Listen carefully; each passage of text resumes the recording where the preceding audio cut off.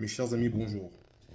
La situation actuelle au Nord Kivu, précisément dans la grande ville de Goma, est plus que préoccupante. L'ennemi que l'on peut qualifier des nazis, donc le M23, parrainé par le Rwanda, semble prendre l'ascendant sur nos vaillants militaires de la FARDC ainsi que le combattant de Wazalendo. Mais au-delà de dénoncer l'agression rwandaise comme on a l'habitude de le faire, rapport après rapport, nous devons aussi parler de nos responsabilités en tant que Congolais et fils du pays. Par exemple, qu'est-ce qui se passe à Kinshasa depuis ces derniers mois, dernières années, jusqu'à la dernière seconde? Pendant que l'ennemi gagnait territoire après territoire, terrain après terrain, localité après localité, que faisaient les hommes politiques en ce moment-là? Mais bien, ces derniers, qu'elles soient de l'opposition ou de la majorité, s'est livré à une lutte vide de sens. Ceci, mobiliser les médias, par exemple, ceux de la majorité, mobiliser les médias, la population et tous les moyens pour faire la promotion de l'idée de la révision de la Constitution. Soit disant la Constitution actuelle était constitue un frein pour le bien-être du pays. Et de l'autre côté, l'opposition, aussi désordonnée que jamais, toujours réactionnaire par essence, eh bien, s'élève pour contrer l'idée de la révision constitutionnelle. Ok, mais ne propose rien de concret pour le pays. Aucune vision de leur part, aucun projet politique, aucun projet de société, si ce n'est que d'être réactionnaire, tout ça. L'on comprend qu'ils sont, et tous, surtout l'opposition, mais la majorité aussi, à la quête du pouvoir à tout prix. Tout ça s'appelle la boulimie du pouvoir. On comprend bien que des sujets aussi importants comme la sécurité dans l'est du pays, les enjeux économiques et les enjeux sociaux, tout ça, constituent le cadet de leurs soucis. C'est vraiment incroyable. Et tout ce qu'ils savent par rapport à la guerre de l'Est, qu'est-ce qu'ils font? Mais juste dénoncer l'attaque des ennemis et pleurnicher, quémander de l'aide aux entités internationales et rien d'autre.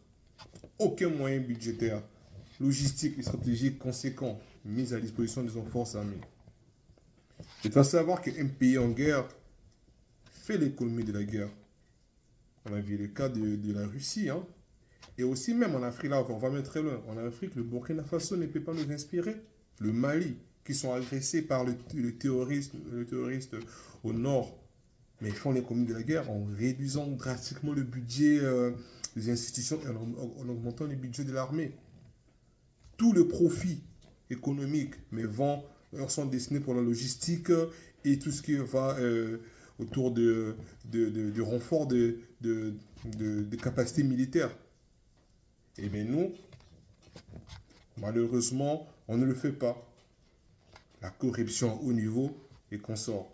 Et d'ailleurs, l'amateurisme et l'ignorance des faits historiques, des enjeux politiques poussent l'élite au pouvoir à demander de l'aide aux organisations internationales. Mais sachant que ces organisations et ces pays en dehors de l'Afrique, même ceux d'Afrique, profitent de la situation névralgique de la RDC pour tirer leur part du gâteau. En l'occurrence de l'Union européenne, de la communauté internationale, de l'impuissante Union africaine, et bien des conseils des Nations Unies aussi, le Conseil de sécurité des Nations Unies.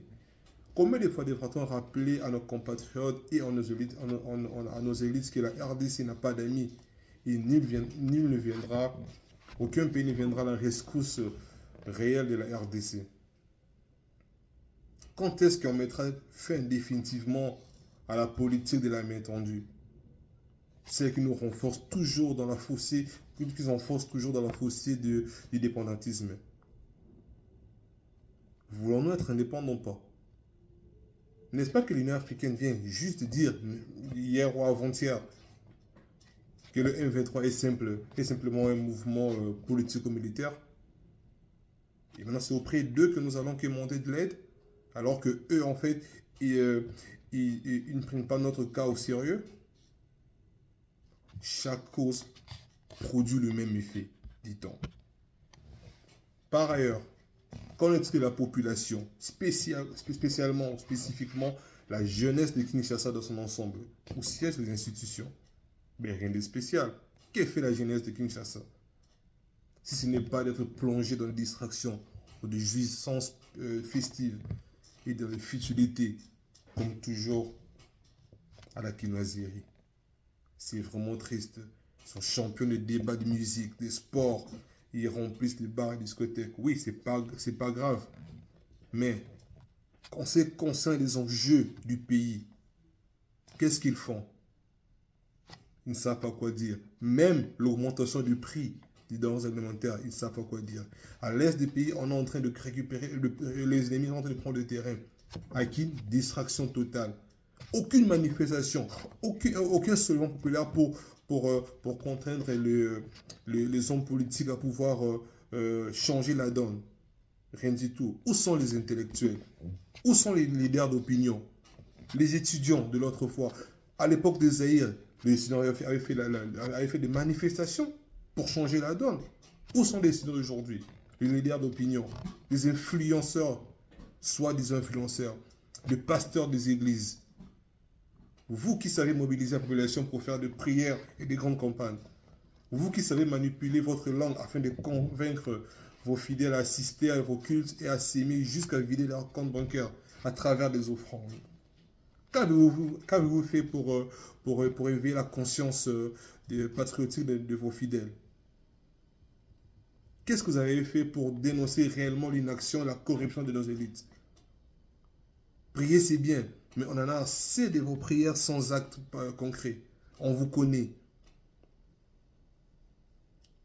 Normalement, vous devrez avoir un rôle d'éveiller la conscience de la population, tout ça. Mais nada. On vous connaît et vous tous, vous êtes tous complices. Je ne généralise pas. J'ai dit en fait en général. Donc voilà, c'est vrai, il y a des exceptions, mais en général, vous êtes tous complices d'une manière ou d'une autre de la situation actuelle du pays et de l'abrutissement de la population qui n'arrive même pas à comprendre les enjeux. Et vous tous, l'histoire ainsi que le sang de nos ancêtres vous jugera sévèrement. Chers amis, chers compatriotes, l'heure a toujours été grave pour notre pays depuis 30 ans. Nous avons peut-être perdu la bataille, mais pas la guerre. Réveillons-nous, mobilisons-nous pour que les choses bougent. Faisons entendre notre voix ou nos voix.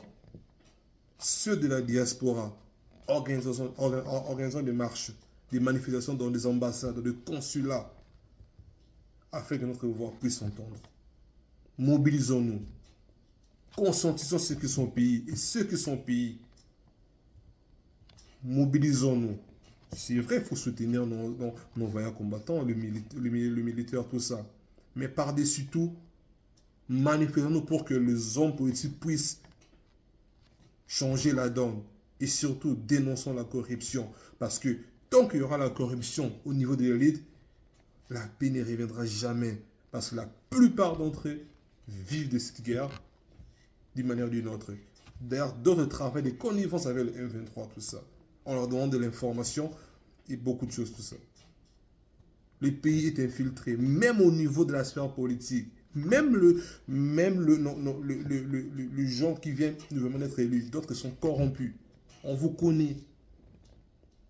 On ne va pas citer les noms, on ne va pas pointer le doigt, mais tout ce qu'on demande à la population congolaise d'être vigilant, aussi bien d'être vigilante, aussi bien au niveau de la progression du M23 que de nos élites. On ne doit pas les laisser tranquilles, on doit tout faire pour qu'ils puissent faire bouger les choses, tout ça. Ils sont à la tête de l'État pour rien. Que Dieu de nos ancêtres nous bénisse tous et nous protège et qu'il nous aide à ce que nous puissions vraiment avoir la conscience patriotique pour qu'on puisse aller de l'avant. Oublions nos discords, tout ça. Oublions que nous faisons partie de telle allégeance, tel parti politique, ou nous sommes de telle tribu. Nous sommes tous Congolais. Nous sommes tous Noirs. Nous sommes tous Africains. Ceux de l'Est, ils sont comme nous. J'espère que les choses vont changer et je le souhaite comme tous les Congolais amoureux du pays. À très bientôt. Je m'appelle Danikas.